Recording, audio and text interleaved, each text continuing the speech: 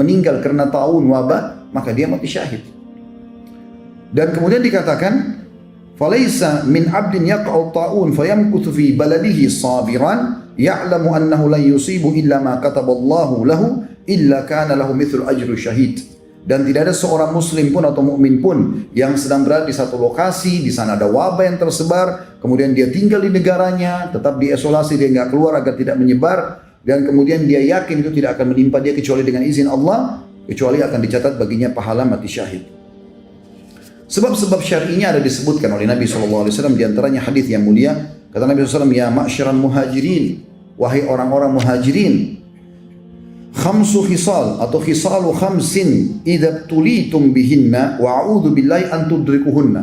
Ada 5 perkara kalau kalian diuji oleh Allah dengannya maka ini sangat berbahaya. Tapi aku berlindung kepada Allah untuk kalian agar kalian tidak terkena.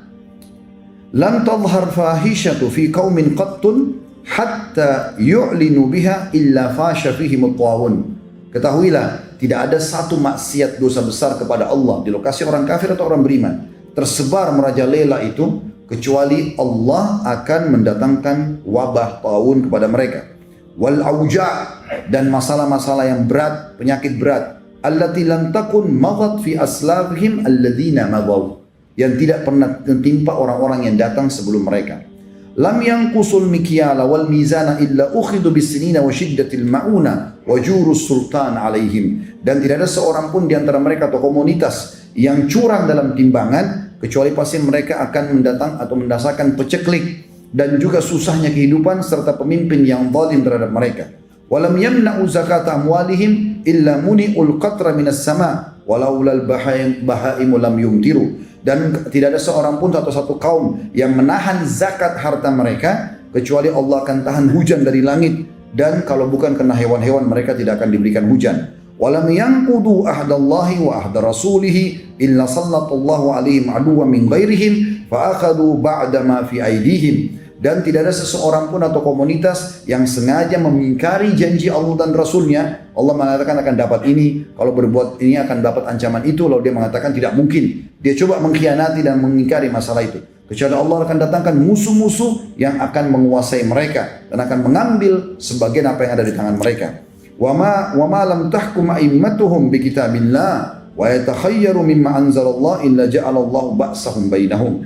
Dan tidak ada satupun pemimpin-pemimpin mereka yang tidak menerapkan kitab Allah dan mereka tidak menjadikan sebagai sesuatu yang harus diterapkan apa yang Allah turunkan kecuali Allah akan menjadikan permasalahan di antara mereka. Itu yang kedua. Atau maksudnya poin yang kedua yang berhubungan dengan masalah apa yang harus kita lakukan. Pecahannya adalah kita harus mengisolasi tempat itu. Kemudian cabang daripada poin kedua ini adalah bagaimana kita berobat. Nah, kita tutup dengan ini teman-teman sekalian, bagaimana berobat. Berobat ini ada 3 cara dalam syariat kita, dan ini sayangnya yang pertama dan kedua yang merupakan asas dilupakan oleh kaum muslimin. Yang ketiga yang merupakan akhir daripada ikhtiar, justru ini yang mereka fokus untuk melakukannya. Teman-teman sekalian, kita harus yakin dengan sabda Nabi SAW dalam hadis Bukhari. Beliau bersabda, "Ma anzalallahu da'an illa anzalallahu lahu shifa." Allah tidak akan pernah menurunkan penyakit kecuali Allah turunkan kesembuhan bersamanya. Nggak ada kata-kata tidak ada kesembuhan. Nggak ada dalam Islam penyakit tidak ada obatnya, mustahil. Pasti ada. Itu sabda Nabi SAW dan tidak mungkin salah. Ini wahyu yang sudah diberikan kepada kita. Maka yang harus dilakukan 3 hal. Yang pertama, yang ini yang orang tinggalkan adalah berdoa, berzikir, sholat, sedekah, taubat. Ini asas daripada hilangnya wabah dan juga penyakit. Mara bahaya. Dan ini banyak ditinggalkan oleh kaum muslimin. Misal, masalah doa, kata Nabi SAW, "La yaruddul qadha illa doa." Tidak akan pernah ada yang bisa mengubah takdir kecuali doa. Kemudian Nabi SAW juga bersabda di dalam hadis riwayat Tirmidzi, "Inna doa yanfa'u mimma nazala wa mimma lam yanzil, fa'alaikum ibadallahi bid-du'a." Sesungguhnya doa akan bermanfaat terhadap apa yang sudah ditetapkan, takdirkan, dan apa yang belum ditetapkan atau ditakdirkan. Maka hendaklah kalian memperbanyak doa. Juga dalam sabda Nabi SAW tentang masalah doa, seperti misalnya doa keluar dari rumah. biasakan membaca doa ini. Kata Nabi SAW, siapa yang keluar rumah membaca Bismillah, tawakkaltu ala Allah, la hawla wa la quwata illa billah. Dengan nama Allah, aku bertawakal kepada Allah, menyerahkan diri kepada Allah dan tidak ada yang kekuatan kecuali milik Allah. Kata Nabi SAW, apabila seseorang keluar rumahnya, lalu dia membaca doa tadi, maka Allah akan menjawab mengatakan, engkau akan diberi petunjuk, dicukupkan dan selalu terjaga. Maka syaitan pun akan menyingkir darinya. Syaitan yang lain berkata, bagaimana mungkin engkau bisa mengganggu seseorang yang telah mendapat petunjuk, kecukupan dan penjagaan. Ini sebuah hal yang luar biasa. Bagaimana dia membaca doa keluar rumah misalnya. Begitu juga dengan doa-doa yang lain. Ya. Seperti misalnya dia supaya diijabah doanya, dia baca doa Dzannun atau la ilaha illa anta subhanaka inni kuntu minadh dhalimin. Jadikan sebagai zikir dia. Ya Allah, tidak ada Tuhan yang berhak disembah kecuali Engkau, Maha Suci Engkau, aku termasuk orang-orang yang zalim. Ini doa dibaca oleh Nabi Yunus alaihissalam. Kata Nabi SAW setelah menjelaskan kejadian tersebut, beliau mengatakan, lam yad'u biha rajulun fi syai'in qattun illa istujiba Allahu lah. Sesungguhnya tidak ada seorang muslim pun yang berdoa dengannya dalam satu masalah apapun melainkan Allah pasti kabulkan. Itu juga zikir kepada Allah Subhanahu wa taala. Zikir pagi petang misalnya. Di antara zikir pagi petang bunyinya a'udzu bikalimatillahi tammati min syarri ma khalaq. Hadis riwayat Muslim. Aku berlindung kepada Allah dengan kalimat-kalimat Allah yang sempurna dari segala yang buruk diciptakan. Kata Nabi SAW, siapa yang membaca ini 3 kali di pagi hari dan 3 kali di sore hari, ya, maka tidak akan ada mudarat atau mara bahaya yang akan memudaratkannya hingga sore hari. Kalau dia baca 3 hari pagi sampai sore dia aman. Dan kalau dia baca 3 kali sore hari, maka tidak akan ada mara bahaya yang akan memudaratkannya hingga pagi hari lagi. Dijaga oleh Allah Subhanahu wa taala. Zikir yang pendek mudah diamalkan. Begitu juga dengan zikir pagi petang yang masyhur, walaupun semuanya hampir semuanya 80% intinya minta agar diberikan keselamatan. Di antaranya adalah Allahumma inni as'alukal afiyah fid dunya wal akhirah. Ya Allah, aku minta kepadamu keselamatan di dunia dan di akhirat dari segala macam bara bahaya termasuk wabah. Allahumma inni as'alukal afwa wal afiyata fi dini wa dunyaya wa ahli wa mali. Allahumma astur awrati wa amir rawati. Allahumma ihfazni min bayni yadayya wa min khalfi wa an yamini wa an shimali wa min fawqi wa a'udzu bi'azamatika an uqtala min tahti. Hadis sahih riwayat Ahmad. Yang artinya, Allah, sungguh aku memohon kepadamu keselamatan di dunia dan di akhirat. Ya Allah, sungguhnya aku memohon kepadamu keselamatan dalam agamaku. Jangan sampai aku menyimpang. Kemudian juga keselamatan di duniaku, keselamatan di keluargaku, keselamatan di hartaku. Ya Allah, tutupilah aurat-auratku, maksudnya kekurangan-kekuranganku, dan tentramkanlah hatiku dari rasa takut. Ya Allah, peliharalah aku dari mukaku, dari belakangku, dari kananku, dari kiriku, dan dari atasku, dan aku berlindung dengan kemahabesaranmu agar aku tidak tergelincir ataupun kena gempah dari bawahku. Ini diantaranya saja, dan cukup banyak zikir-zikir. Ya. Di dalam hadis yang lain, ada seorang sahabat pernah datang kepada Nabi SAW lalu mengatakan, ya Rasul, di pagi hari, tadi malam saya disengat oleh kalajengking, berbisa. Ini sekarang bengkak semuanya, membiru kakinya. Kata Nabi SAW, ama lau qulta hina amsait. Coba kau baca pada saat kau tiba sore hari semalam, a'udzu bikalimatillahi tammati min syarri ma khalaq lam tadurruk.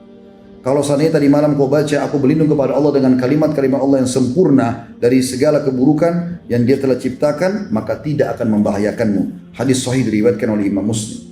Itu juga dengan sholat. Ada sholat teman-teman sekalian yang mungkin orang tidak banyak fahami, tapi sholat ini dikerjakan oleh Nabi SAW. Itu sholat yang sifatnya mutlak. Dikatakan dalam sebuah hadis yang sahih riwayat Ahmad, Abu Dawud, hadis Hasan riwayat Ahmad dan Abu Dawud, karena Nabi SAW idza hazabahu shalla, idza hazabahu al-amr shalla. Bahwasanya Nabi SAW setiap kali ada masalah yang dihadapi, pasti beliau langsung pergi sholat. Dan sholat ini sifatnya bukan duha, bukan sholat malam, bukan sholat wudu, bukan taubat. Antum wudu, sholat niat pendekatan diri kepada Allah. Ya, ini dibolehkan, dimutlakkan ya sholat ini. Dan ini dikerjakan. Begitu juga teman-teman memperbanyak amal saleh seperti sedekah. Ini banyak menghilangkan dari wabah dan permasalahan. Hadis Nabi SAW riwayat Tabarani dengan sanad sahih. Sana'iul ma'ruf taqiyu masari as-su'. Sesungguhnya semua perbuatan kebaikan, ketakwaan kepada Allah akan menjauhkan dari segala macam masalah berat atau yang buruk atau kejahatan. Wa sadaqatus sir tudfi ghadabur rabb.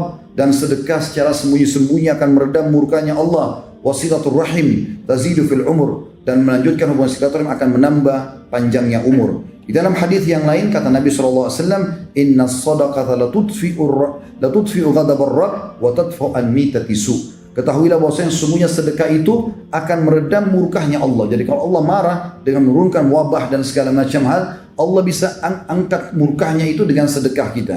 Wa juga sedekah itu dan juga dia akan bisa menolak mati yang buruk. Di dalam hadis yang lain riwayat Al-Hakim kata Nabi SAW, Sana'il ma'ruf taqiyu masari'is su. Semua perbuatan baik akan menjauhkan dari segala macam mara bahaya. Wal afaq, gangguan-gangguan. Wal halaqat, hal-hal yang membinasakan. Wa ahlul ma'ruf fid dunya hum ahlul ma'ruf fil akhirah. Dan orang yang suka buat kebaikan di dunia, maka mereka adalah orang-orang yang juga ma'ruf di akhirat. Termasuk teman-teman sekalian dianjurkan agar menutup wadah-wadah minum dan makan ya di rumah. Disebutkan dalam sebuah hadis, dan hadis ini juga adalah hadis yang sahih. Ya kan Imam Muslim. Saya langsung saja ke terjemahannya, kata Nabi SAW, tutuplah bejana-bejana, rapatkanlah tempat-tempat minum, karena ada waktu satu malam atau ada waktu pada saat orang-orang lagi tidur ketika turunnya wabah atau di malam hari turun wabah. Tidaklah ia melewati bejana yang tidak ditutup ataupun tempat minum yang tidak dirapatkan kecuali ia akan masuk ke dalamnya. Wabah itu akan masuk. Makanya sunnah Nabi SAW adalah bagaimana kita menutup wadah-wadah minuman dan makanan kita. Tentu masih banyak poin-poin yang lain teman-teman, kena khutbah Jumat saya ringkaskan. Kemudian kita masuk juga ke jenis pengobatan selain tadi saya bilang ada 3. Yang pertama adalah zikrullah, ya, yang doa, sedekah dan seterusnya, ini semua amal-amal saleh. Yang kedua masuk dalam pengobatan adalah pengobatan yang juga banyak ditinggalkan oleh kaum muslimin, pengobatan dengan cara yang diajarkan oleh Nabi SAW. Seperti misalnya ruqyah syariah. Ya, Ibnu Qayyim rahimahullah mengatakan, aku pernah merasakan rasa sakit kepala yang luar biasa. Kemudian aku membaca surah Al-Fatihah, meniupkan ke air zam-zam, lalu aku meminumnya dan mengusapkan ke badanku. Tiba-tiba sakit itu hilang. Ruqyah syariah. Teman-teman yang mau lebih jauh bisa nonton insya Allah ceramah kami di YouTube tentang masalah ruqyah syariah. Dan ini ulama sudah sepakat mengatakan bukan hanya orang kena racun, sihir, tapi juga dia bisa mengobati segala macam masalah dan penyakit. Kemudian juga jangan pernah tinggalkan habbatus sauda. Sekarang beli di rumah, jintan hitam. Selalu kita dengar hadis Nabi SAW tapi tidak diamalkan. Hadis Bukhari Muslim, habbatus sauda dawa likul da'il sam. Biji hitam atau jintan hitam itu adalah obat untuk semua penyakit kecuali kematian. Kalau mati juga bisa diobati, jintan hitam akan obat. Maka diminum, konsumsi, taruh di teh kita, di kopi kita, di nasi, di sayur, di susu, minum sama madu. Ya. Maka ini anjuran Nabi SAW. Sakit atau tidak sakit, maka dia akan meningkatkan kekebalan tubuh insya Allah dan akan menyembuhkan penyakit. Sebagian ulama mengatakan keutamaannya, karena dalam hadisnya dikatakan habbatul barakah, biji yang penuh dengan berkah. Karena kalau orang minum, kalau dia belum ada penyakitnya, maka akan menjadi penameng ya, atau penahan daripada penyakit yang akan datang. Kalau dia sudah kena penyakit, maka akan membantu dia mengeluarkan dirinya dari penyakit tersebut. Begitu juga teman-teman sekalian dengan mengkonsumsi madu. Madu ini dikonsumsi, tapi bukan air madu, madunya dikonsumsi. Ada orang punya 1 kilo madu, 1 tahun baru habis. Diminum madu itu, jadi madu tanpa dicampur apa-apa.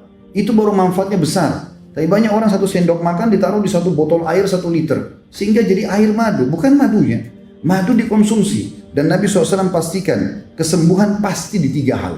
Yaitu konsumsi madu, kemudian sayapan bekam, dan juga kai atau besi panas yang ditempelkan di tubuh. Dan aku melarang umatku menggunakan kai. Dalam riwayat lain, jadikan kai sebagai obat terakhir kalian. Maka madu juga begitu. Dalam riwayat Tirmidzi ada 2 orang adik kakak. Si kakak kena diare, mencret-mencret, maaf, adiknya pergi ke masjid lalu melapor kepada Nabi SAW. Mengatakannya, Rasulullah, kakakku lagi mencret, diare. Kata Nabi SAW, berikan dia madu. Dia pulang ke rumah si adik, dikasih kakaknya. Ternyata belum sembuh. Dikasih kali belum sembuh, masih diare. Dia datangnya Rasulullah belum sembuh. Nabi SAW lalu marah pada anak mudanya sambil mengatakan, pasti Allah benar dan perut kakakmu yang bohong. Tidak mungkin salah. Allah mengatakan sembuh dengan madu, kok bilang tidak? Sekarang pulang berikan kembali. Diberikan kakaknya akhirnya sembuh. Ini disebutkan dalam hadis yang sahih. Dan kita tahu dalam Al-Quran dalam surah An-Nahl khusus ya. Surah nomor 16 Allah berfirman di ayat 68 dan juga ayat 69-nya. A'udzubillahi minasyaitonirrajim wa auha rabbuka ilan nahli an ittakhidhi minal jibali buyutan wa minasyajari wa mimma ya'rishun. Dan Allah mewahyukan kepada lebah-lebah. Surah nomor 16 tentang lebah An-Nahl. Agar menjadikan gunung-gunung sebagai rumahmu atau rumah-rumah kalian, dan juga dari pohon-pohon dan apa yang dibuat oleh manusia. Itu ayat 68. Ayat 69-nya, "Tsumma kuli min kulli tsamarat." Kemudian makanlah hai para lebah, Allah wahyukan kepada ciptaannya lebah, makanlah dari semua jenis buah-buahan.